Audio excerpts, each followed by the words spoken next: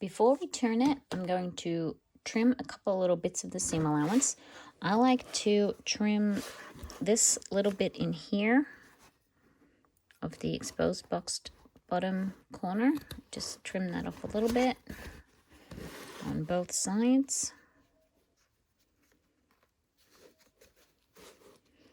And the other place that I am going to trim is just a little bit of the seam allowance at the ends of the zipper.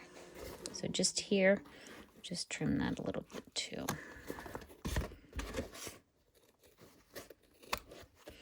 And now we're ready to turn it. So hopefully your zipper is open. If not, stick your hand in and slide it a little. So I stick my hand in, and then I'm going to push the bag in, grab it with my hand here, and I'm just going to start pulling it out through the hole in the lining.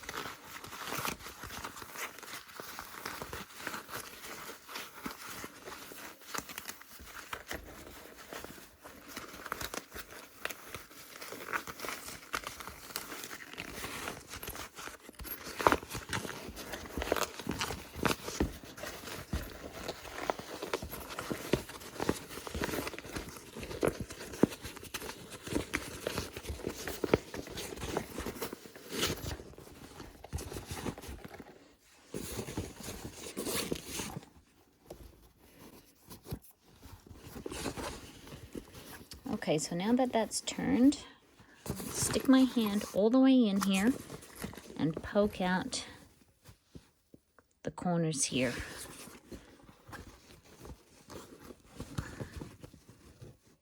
Poke them out nicely there. And when I'm done, I will take it over to my ironing board, and I will press these seams here to just give it a bit more of a crisp look, like you can see here. So before we close the bottom, we want to make sure our top corners are good. So push it out, pushing on the seam allowance, trying to flatten that out a little bit from the inside. And then also this corner here with the tab, I'm going to give that a good push from the inside to really poke it out. And just get my finger right in there. You can see that that pushes it out pretty well. So,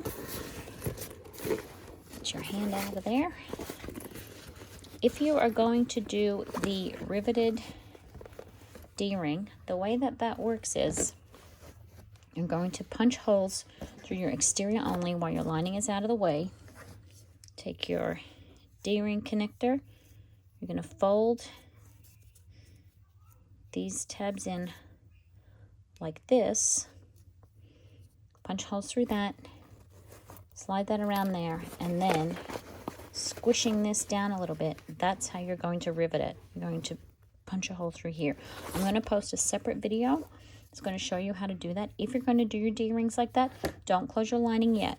Watch that video first, attach your D-ring, and then come back and close the lining.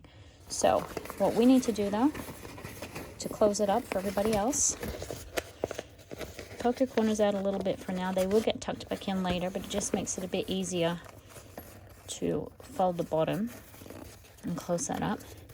So you're going to want to stretch that out a little bit, fold in your seam allowance, and then grab a couple of clips, clip along here.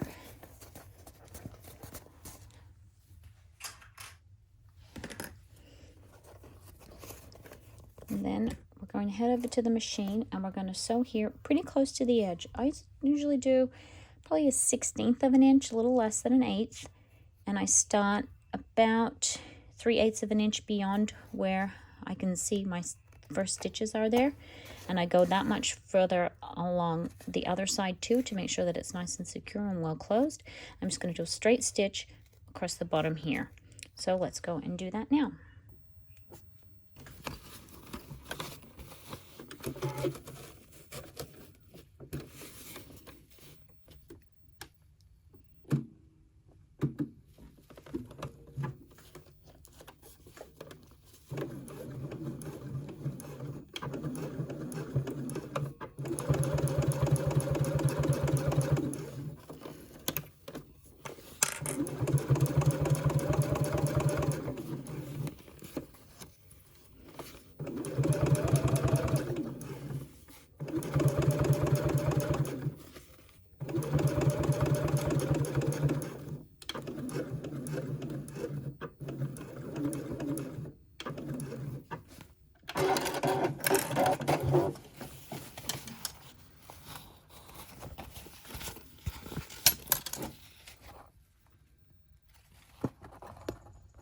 Now what you want to do is tuck your lining in.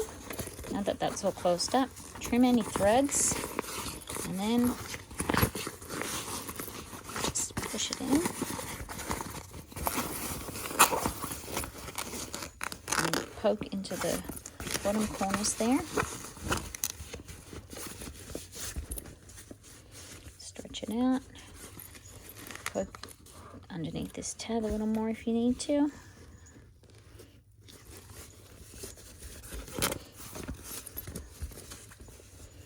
Zip it up.